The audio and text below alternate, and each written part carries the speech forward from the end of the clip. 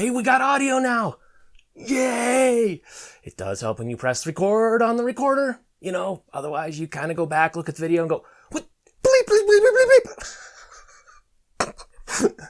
I tell you guys, making these videos is interesting some days. But let's get to the point here.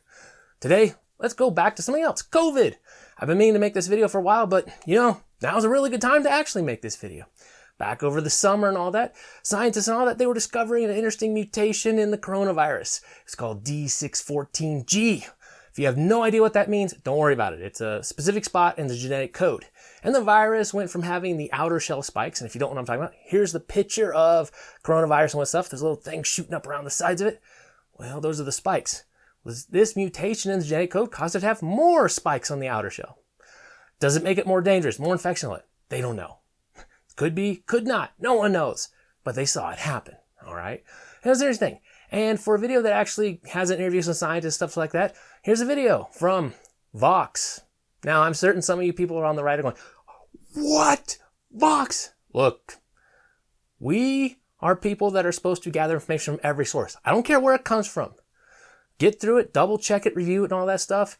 If it's useful, we use it to educate ourselves and protect ourselves. Remember that. That's the key creed of prepping, okay? And intelligence. They kind of go hand in hand there. But anyways, so there you go. Check out that video. It's got a good information about what's going on there, and it's very interesting. All right, let's cut forward to much more closer to the present here. Just a couple weeks ago, over in Denmark, they discovered that coronavirus had jumped from humans into the mink population there, and the virus has been mutated. And they don't really know what that means. They have no idea how dangerous it is, how not dangerous it is, and all that, but for an abundance of caution, all the poor minks, killing all of them.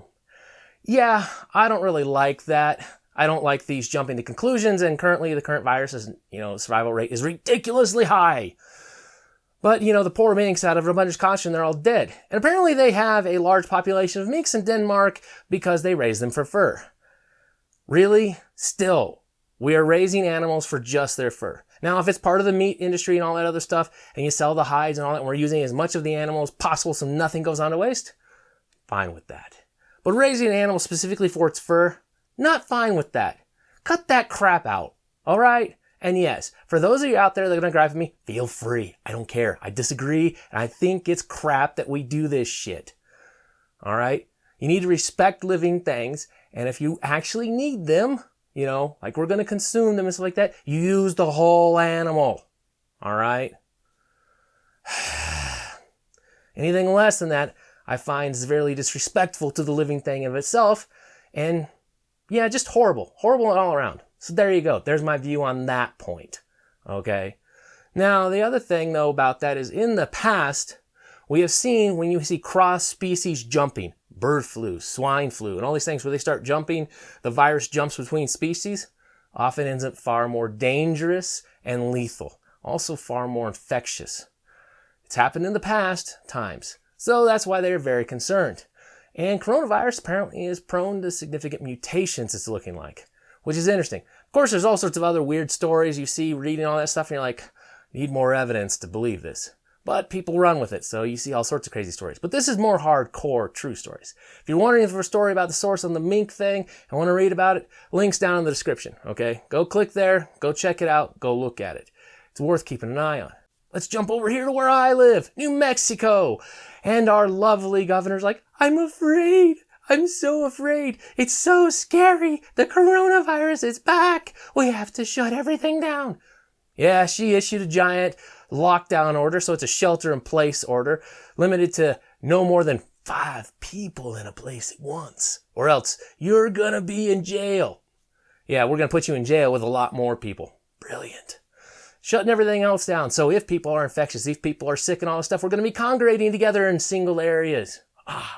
Genius, isn't it? And they still haven't retrofitted the HVAC systems with germicidal lamps, filters that will filter out all the germs and everything else like that. Instead, we'll all be closed in with the HVAC systems running, keeping things hot and all this stuff. Things closed in, and all the aerosols and droplets and everything going to be spewing, even across their mask, through their mask, out their mask, whatever, in their hands, on other stuff like that, will be circulating out throughout the air. It's a brilliant idea. Yeah, we'll keep spreading this. Just genius. And instead of, us actually focusing on getting herd immunity over the summer so that we'd all be in far better shape of dealing with all this stuff, No, we're gonna go this way.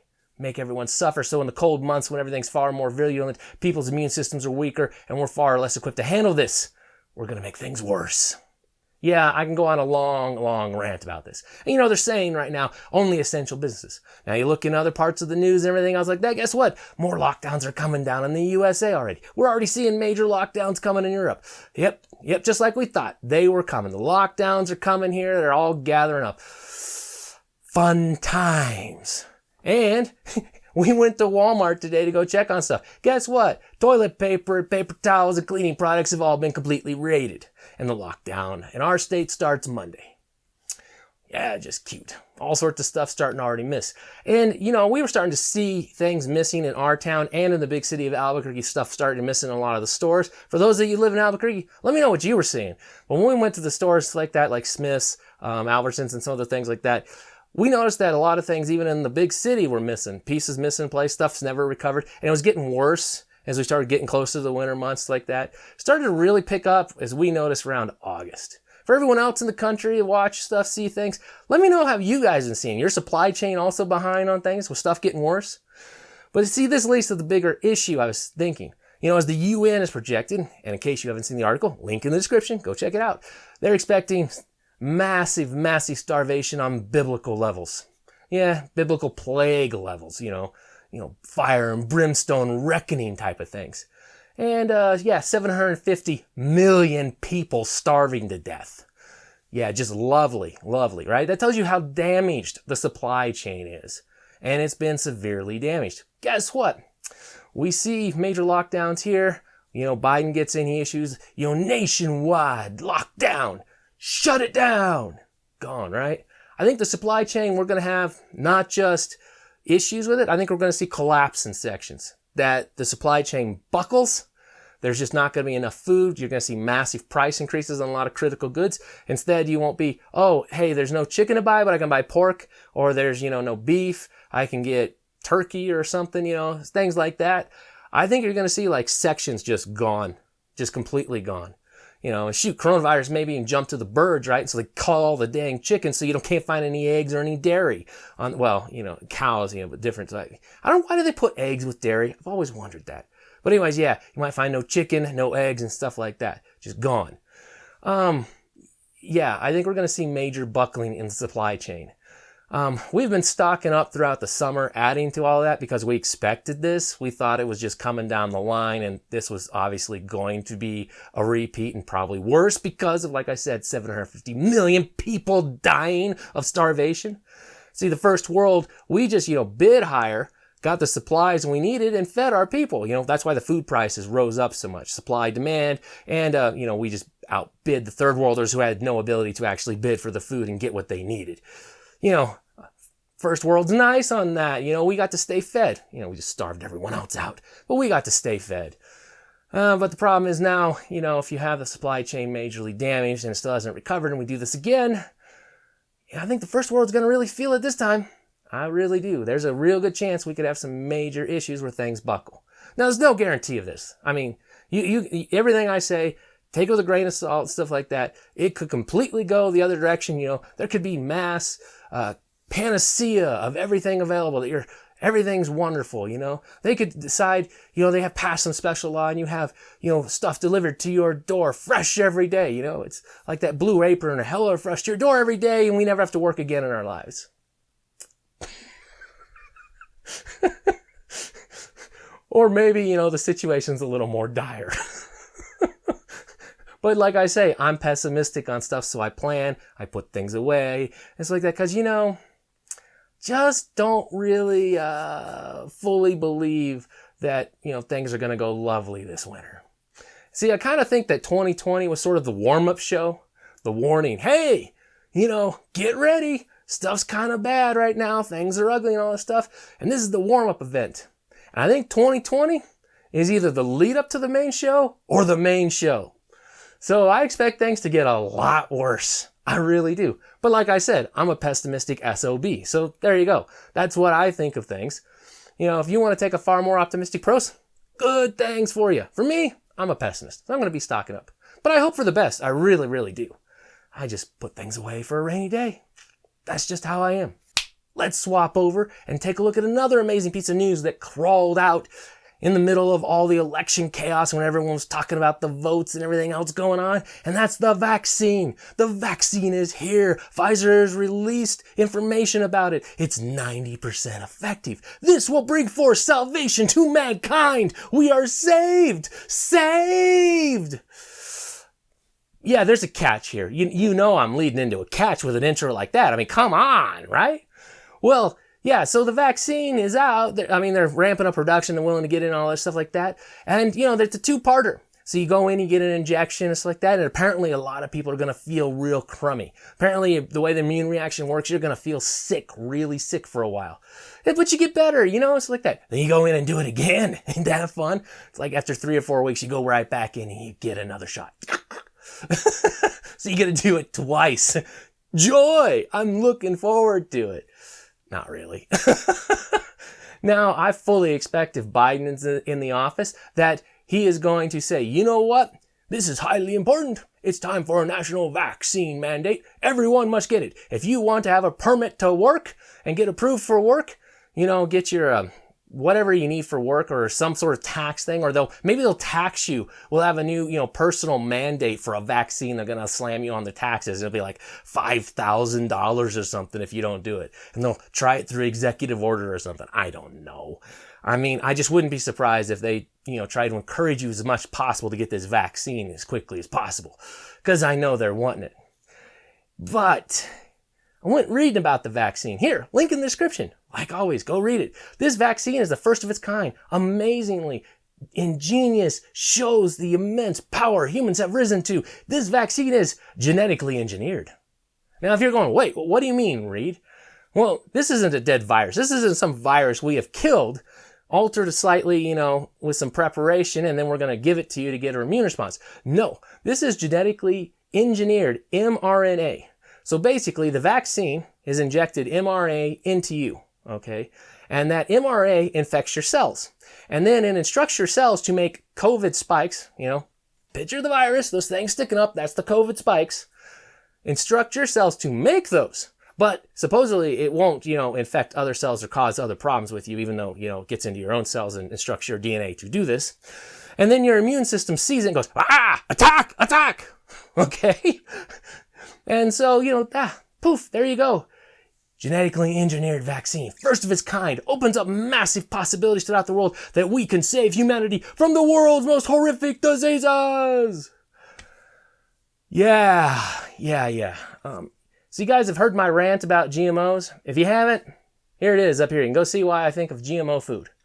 I have an issue with it because, you know, there's a lot of unknowns here. So then they're telling you, we're going to inject you with a genetically engineered vaccine. This is going to infect your cells and cause them to do something, and that will give you, safety from COVID. Sure, it might. It might absolutely do exactly that. Give you immunity from COVID. Quick asterisk on that. Why is it if they engineer this, so you get these COVID spikes, your immune system responds, and then it attacks and gets an immune response, now you're immune to COVID. But if you actually got the disease and your immune system fought it off and produced antibodies and all that stuff like that, that you're not really immune, they're claiming that they don't know if it does anything. Just a side asterisk on that, I got questions. And, as much as I've had to research immunology for a lot of other things, I have a lot of questions because I don't exactly buy the story at all. But anyways, ignoring that asterisk, the question I do have is, what if there's some issues they didn't foresee here? What if something develops, 10 years down the road that we now have some genetic anomalies that we're passing on to kids? What if people end up sterile? I got some questions. And yes, I'm not trying to be anti-science. I get vaccinations. I've been vaccinated for all sorts of stuff. I've traveled. I've been vaccinated for all sorts of stuff. But this, I got some serious questions and I got a lot of, skepticism on genetically engineered, first of its kind vaccine. I don't think they have accounted for everything. DNA and the human genome is incredibly complicated. We are incredibly complicated machines that over time have been refined to what we are. And to say, yeah, we've completely figured it all out, we understand what to do, and this will work perfectly with not any problems. Not entirely certain. I mean, basically you're saying is that you've taken into account all genetic variances of humans, right? 100% all variances of human. That when it goes into the cell, gets into there, their genetic code for all variances of humans will result in this doing what it's supposed to do. No, they didn't do that. They can't tell you. They can say with probabilities based on what they know and what we've seen and stuff like that, that they're pretty confident. But there's stuff they could miss. There's a lot of little ifs on this. So I wouldn't really be interested in doing this one, till 20 years down the line. Okay? Sure. Call me whatever name you want out there, whoever sees this video. I don't care. I have issues with this one. If you told me it was a dead virus we're going to inject into you and stuff like that, and your body will attack it and respond and you'll be immune, I'd be like, sure. Yeah, fine with that. Genetically engineered, that's where I got an issue. So there's your news on something else. I hope this video was slightly useful to you guys. Hope it got you thinking. Leave your comments. Tell me if you think I'm completely nuts or if you also might have a few concerns, questions, and maybe an asterisk on the side about getting this vaccine. Yep, and I'm certain someone's going to label me, you're anti-science, you're anti-vax. No, but I got an issue with this one, okay? That's me, my own personal opinion, okay? Take it as you wish. But I just thought I'd share the news on all this stuff. Now I'm going to get more solar stuff out tomorrow, probably another lithium battery one, and then we got a bunch more shenanigans and chicanery to cover going on in the world with our U.S. election system. Gonna go diving into more of that. So yes, you're gonna see my lovely face a lot more often. Take care, everyone. This is Reed, out for now.